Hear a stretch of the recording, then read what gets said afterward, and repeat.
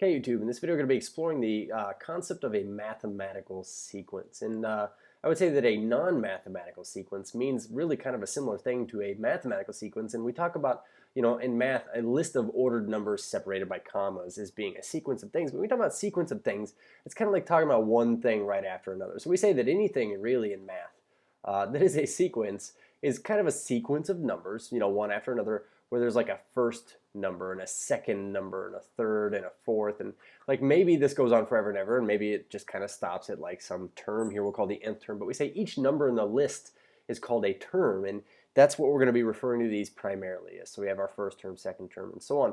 But the important thing about I guess sequences is this: you always kind of start at the first term, and it's going to be something where we get I guess a finite sequence or an infinite sequence. We can take a look at these two here, but I guess we'll explore these before we talk about the domain and range. Finite sequences here, you can talk about, say, this list of numbers here as being finite, just because as you look at this here, we got a first, a second, a third, a fourth, and a fifth term. Our final term here is the fifth term, but we have a final term. So finite means that there is a last term, or there has to be a final term in the sequence. When we talk about an infinite sequence here, we say no final term. And so we could say that this is kind of a pattern that goes on forever and ever. And when I talk about a pattern, really that's what we look for a lot when it comes to sequences. So there exists a lot of patterns, and what you come up with is kind of your own thing. But you can see easily here that these are just increasing by 2, starting at 2. I could tell you to generate a whole list of these, infinitely many, just by saying start at 2 and go by 2 every time. But I see that the pattern here on both of these sequences is that we're continuously adding 2. And so that's something that we're going to generalize here using a rule, just like we do with a function. We have an input and an output situation. So when I talk about a function, remember that when we talk about domain and range, we talk about our domain values as being our input values and our range as being our output values. So you give me an input value, I'll map it onto an output value. The interesting thing with sequence situations is you can see that the input here, I'm going to define it as being the set of natural numbers. And we're going to write that down here. We say the set of natural numbers. And in case you're curious what these numbers are, I'll write the set of natural numbers. We say starting at 1, and we say that these are the numbers really that we're going to be plugging into our sequence. I kind of just went on a little too far there, but we could say that this is the natural numbers right here. I'm going to say that we want to include a note here. We say sometimes includes 0, and I'm not going to confront that here, but I do want you to know that sometimes we have a sequence that we say starts at the 0th term, which isn't anything too disturbing here. But the range, we say it's all terms of the sequence. So all terms of the sequence. We're going to look at a couple of sequences here. I'm going to tell you how they are defined. We'll talk about input output as being a set of natural numbers, and then the outputs as being all of the terms of the sequence. But here's what we're going to look at. Notice that the instructions say, write the first 4 terms of the following sequences. And one thing that I'm going to write above here, and I'm going to encourage you to write down, is this, essentially. That right there, and we're going to write this here, f of x is equal to -1. Ooh, brutal, an exponential thing with a negative base on top. And then we have 2n minus 1, which is a polynomial denominator. Some sort of weird rational function that's not really a rational function because the top's not a polynomial, but whatever.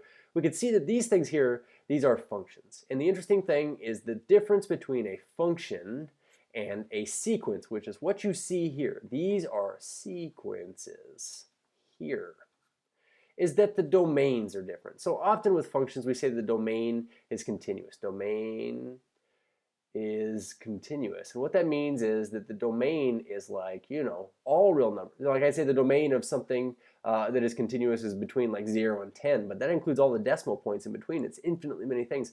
Where sequence is, the domain is the set of natural numbers. So the domain is the natural numbers. I cheated a little bit on that one.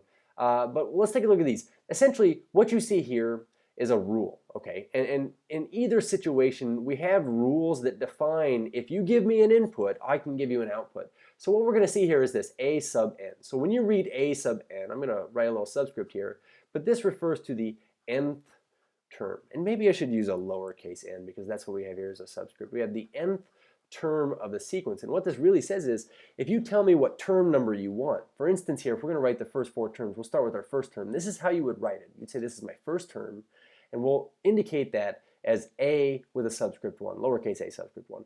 We say to find a1, I'll tell you this, it'd be a lot like finding f1. And what we're going to do is we're just going to plug this into our rule, and what it gives us is an output. sequence. So for instance here with my function, f of 1 is equal to 1. Well, with my sequence here, it's the same thing. So what I want to just kind of get you to think about in your head is this. When we talk about sequences here defined with rules, the difference between them and a function is just the domain. You know, what are you talking about here? We're starting with 1 all of the time and going up by nice integer values. So we say, I guess I could see how this is a linear situation where the slope is 3. So it's going to go up by 3 every time. But, you know, we could plug in 2. We get 3 times 2 minus 2. But we'd say 3 times 2 is 6 minus 2 is 4. So you notice that it does go up by 3 every time. And this is a pattern you want to keep in your head as you do this. You know, I would know this would be 7 just because you know, I know that this is increasing by 3 every time. And in terms of the pattern, what I want you to understand is that you can see that this is a very, very linear pattern when you increase by a common difference here. So what we're going to say is that our sequence is given by this. And I really want you to write it this way: 1, 4, 7, and 10. We would say that this would be some finite sequence where we've written the first 4 terms. Or maybe not finite, but this list here is finite. So let's take a look at a sub n here. What I want to encourage you to do is this. If you ever have something that's a ratio like this, you want to write a1, a2. We'll give ourselves some room here. a3 and a4. What I would encourage you to do is just evaluate for the top and evaluate for the bottom. Do them separately. So we're going to treat the top and bottom as separate rules kind of thing. So separate rules. What I mean by that is you can see that the top here is like an exponential thing. On the bottom we have a linear thing just like we did over here. We can see that this right here would really just, I guess if the slope's 2, increase by 2 every time. It'd be some linear pattern. But let's take a look at them individually. If we say -1 and we plug in 1 here, we're going to get this. I guess I'll show my work on this one here. -1 to the 1. And we would get 2 times 1 minus 1. My suggestion was let's just do -1 to the 1 on top and get a number for it. So we say -1 to the 1 is -1. To the bottom here, 2 times 1 minus 1. Well, 2 minus 1 is 1. So overall, we say a1 here is equal to -1. I'm going to put a box around that. So for a2, a3, and a4, what I want to do is this. I'll put it in a different color. Let's just do our top, only the top, and it'll make things go a lot quicker, you'll see. So we say -1 to the 2. Well, -1 to the 2 is just +1.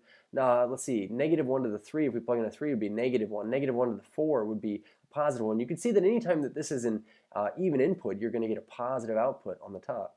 And we would say on the bottom here, well, this is increasing by 2 every time. So looking at this, I would say, well, this is a 1. I bet you the next one's a 3. So if we were to plug in a 2 times, I guess we're, oops, I don't want to put it here. Oops, I got to put that back. And that's +1. So when we look at a2, I should have written this down here. We say 2 times 2 minus 1. You can see this is 4 minus 1, and we get 3. So I told you it's going to be a 3. And this next one here as well, it's going to be a 5. The next one's going to be a 7. We recognize this is a linear situation.